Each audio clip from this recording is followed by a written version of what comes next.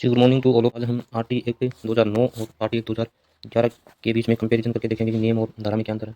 RT act 2009 और 2011 ये पूर्ण रूप से कब लागू हुई? 1 अप्रैल 2010 को पूर्ण रूप से ये लागू हो गई। 2010 को सिर्फ जम्मू कश्मीर को छोड़कर, और ये 1 अप्रैल 2011 को पूर्ण रूप से प्रत्येक राज्य में लागू हो गई। जो आरटी 2009 ये केंद्र सरकार द्वारा चलाई योजना है और ये राज्यों में चलती है। आरटी 2011 अब इसमें देखेंगे कि इनकी तो हम धारा पढ़ेंगे। इसमें कितनी धारा है टोटल? आरटी 2009 में 38 धाराएं हैं। इसमें कितने नियम है टोटल? इसमें नियम है 29 है, इन 29 नियम। इसमें चैप्टर कितने हैं? इसमें चैप्टर है 7 और इसमें कितने? इसमें 10 है। और इसमें कौन से अनुसूची में है? ये अनुसूची 1 में है। और नेक्स्ट पॉइंट है हमारा इसमें फिर धारा 1। इधर तो हम धारा लिख लेते हैं और इधर हम नियम लिख लेते हैं। धारा 1 में क्या दिया गया है? आरटी 2009 के तहत उनका विस्तार और कार्यक्षेत्र दिया गया है। और इसमें नियम नंबर 1 में क्या दिया गया है? आरटी एक्ट 2011 का विस्तार और कार्यक्षेत्र दिया गया है। अब इसमें धारा नंबर 2 में क्या दिया गया है? इसमें डेफिनेशन दी गई है, यानी परिभाषा दी गई है। और इसमें नियम नंबर 2 में दिया गई परिभाषा। फिर अब हम धारा नंबर 3 में दिया गया निःशुल्क एवं बाल शिक्षा अधिकार है। और इसमें 3 नंबर में कुछ नहीं दिया गया, नियम नंबर 3 में कुछ नहीं दिया गया। फिर देखेंगे धारा नंबर 4 कौन सी, एक मिनट रुकना। अब हम देखेंगे धारा नंबर 4। धारा नंबर 4 में क्या दिया गया? परिवेश दिया गया। और इसमें धारा नंबर नियम नंबर 4 में क्या दिया गया? नियम नंबर 4 में एसडीएम से दिए गए, सॉरी असम से दिया गया, असम से दिया गया। एक मिनट रुकना, इसमें असम से दी गई 3 और 4 में असम से है। फिर इसमें धारा नंबर 5 में क्या दिया गया? टीसी दी गई कि प्रत्येक बालक अपनी इच्छा अनुसार स्कूलों से टीसी ले सकता है। और इसमें नियम नंबर 5 में कुछ नहीं दिया गया। फिर धारा नंबर 6 में विद्यालय डिस्टेंस के बारे में, दूरी के बारे में बताया गया। और इसमें नियम नंबर 7 में विद्यालय डिस्टेंस के बारे में बताया गया। फिर नेक्स्ट पॉइंट हमारा इसमें धारा नंबर 8। धारा नंबर 8 में क्या दिया गया? ये धारा होगी, इधर नियम हो गया। धारा नंबर 8 में दिया गया कि राज्य सरकार का उद्देश्य। धारा नंबर इसमें 8 में राज्य सरकार का उद्देश्य है। और फिर धारा नंबर 9 में क्या दिया गया कि अधिकारियों के कर्तव्य, यानी इसमें समुचित सरकार या फिर क्या राज्य सरकार के उद्देश्य है। इसमें स्थानीय प्राधिकरण दिया गया। धारा नंबर 10 में क्या दिया गया? माता पिता के कर्तव्य, माता पिता के दायित्व या कर्तव्य। और इधर नियम नंबर 8 में कुछ नहीं है, नियम नंबर 9 में कुछ नहीं है, और नियम नंबर 10 में कुछ नहीं है। नेक्स्ट पॉइंट है हमारा इसमें धारा नंबर 11। धारा नंबर 11 में क्या दिया गया कि पूर्व प्राथमिक शिक्षा जो कि आंगनबाड़ी में व्यवस्था की गई है। और नियम नंबर 11 में इधर कुछ नहीं दिया गया। फिर धारा नंबर 12 में ST ST EWS के बच्चों को सरकारी विद्यालय में 25% की छूट दी गई है।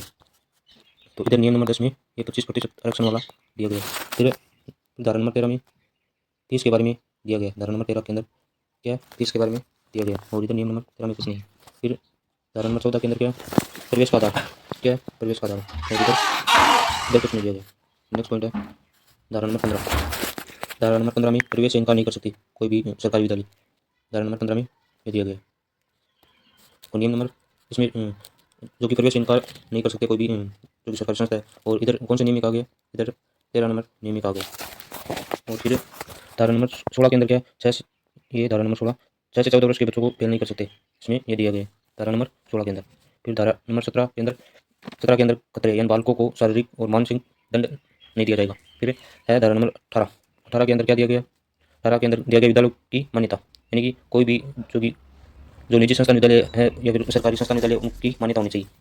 ठीक है। धारा नंबर 19। धारा नंबर 19 में क्या दिया गया कि विद्यालय मानक दिया गया है। और धारा नंबर 20 में क्या दिया गया?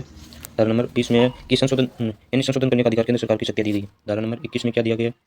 धारा नंबर 21 में असम से दी गई, असम से, जो कि नियम नंबर 3 और 4 में इधर 2011 वाली के तहत। इधर धारा नंबर 22 में क्या दिया गया? यानी SDM से दी गई, स्कूल डेवलपमेंट मैनेजमेंट कमेटी। और इधर नियम नंबर 5 में दी गई।